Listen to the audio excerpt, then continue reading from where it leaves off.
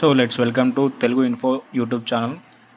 మన ఛానల్లో ఇప్పటివరకు తెలంగాణ హిస్టరీ నుంచి శాతవాహనులు అలాగే ఇక్ష్వాకులు 2 చాప్టర్లు అనేటివి షార్ట్స్లో అండ్ ఫుల్ లెంత్ వీడియోస్లో కవర్ చేశాను. ఎవరైనా చూడని వాళ్ళు ఉంటే వెళ్ళి చూడండి. సో ఇవాళ టాపిక్ వచ్చేసి థర్డ్ చాప్టర్ విష్ణుకుండినులు. విష్ణుకుండినులు క్రీస్తు శకం 358 సంవత్సరం నుంచి క్రీస్తు శకం 569 సంవత్సరం వరకు పరిపాలించారు. విష్ణుకుండిల వంశస్థాపకుడు ఇంద్రవర్మ. ఇతన్నే మహారాజేంద్రవర్మ అని కూడా అంటారు. వీళ్ళ రాజధాని ఇంద్రపాల నగరం, కీసర, అమరపురం, దెందులూరు. విష్ణుకుండిలు పాటించిన మతం వైదిక మతం. రాజభాష సంస్కృతం. రాజలాంఛనం పంజా ఎత్తిన సింహం. చివరివాడు మంచన భట్టారకుడు. విష్ణుకుండిలలో చివరివాడు మంచాన భట్టారకుడు.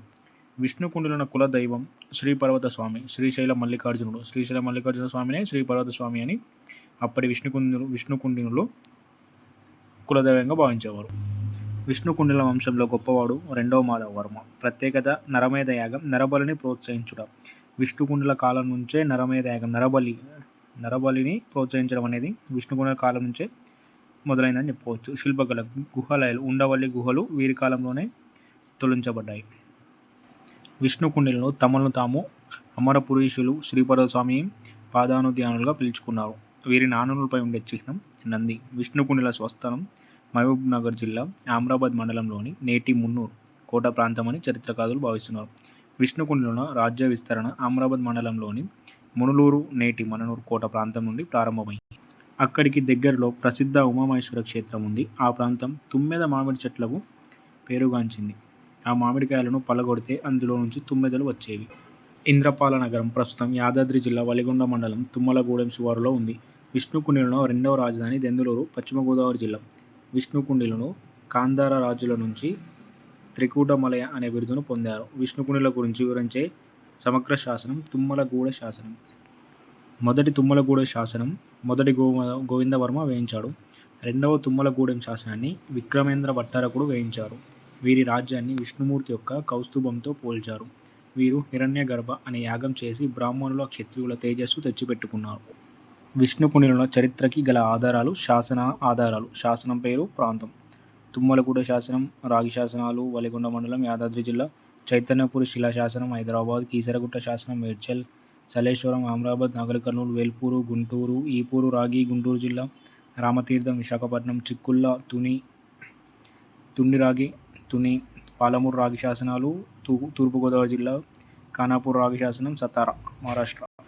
సో విష్ణుకుండిల రాజులకు వెళ్ళిపోతే మొదటివాడు ఇంద్రవర్మ.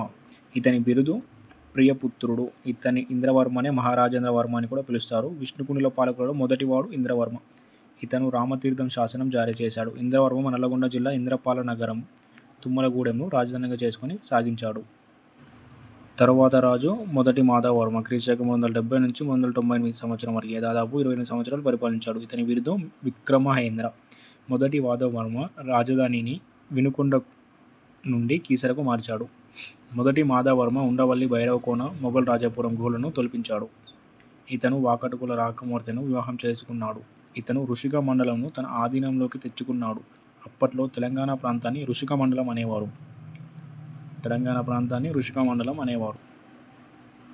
తరువాతి రాజు మొదటి గోవిందవర్మ. ఇతని రాజధాని ఇంద్రపాల నగరం. విష్ణుకుండిల తొలి రాజులలో అగ్రగణ్యుడు గొప్పవాడు ఎవరు అంటే మొదటి గోవిందవర్మ అని చెప్పుకోవచ్చు. తుమ్మలగూడెం, ఇంద్రపాల ఇవన్నీ 2 శాసనాలు వేయించింది మొదటి గోవిందవర్మ.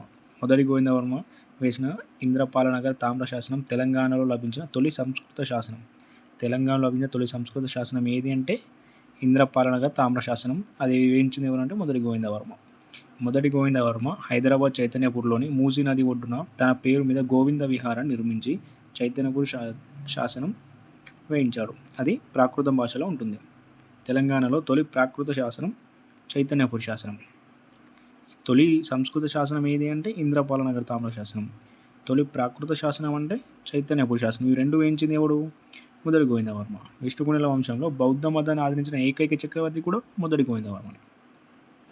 మొదటి గోవిందవర్మ భార్య పరమభట్టారిక బౌద్ధ భిక్షువుల కోసం ఇంద్రపాల నగరంలో మహావిహారాన్ని నిర్మించింది. గోవిందవర్మ ఈ విహారానికి పెన్కప్పర ఎన్మదల గ్రామంను దానం చేశాడు.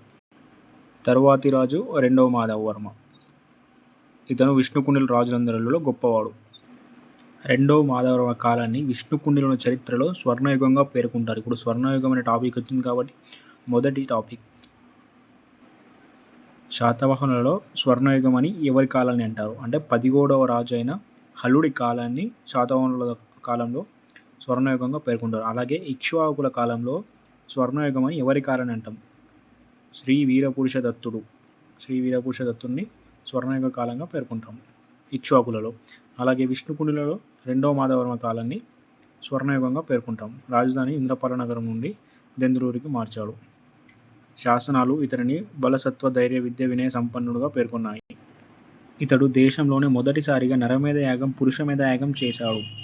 నరమేధ యాగం చేసిన మొదటి వ్యక్తి ఎవరు అంటే రెండవ మాధవవర్మ అని గుర్తుపెట్టుకోవాలి. ఆంధ్రుల చరిత్రలో నరమేధ యాగం నరబలి చేసిన ఒకే ఒక్క రాజవంశం విష్ణుకుండినులు. ఇతడు వైదిక మతాన్ని ప్రోత్సహించాడు.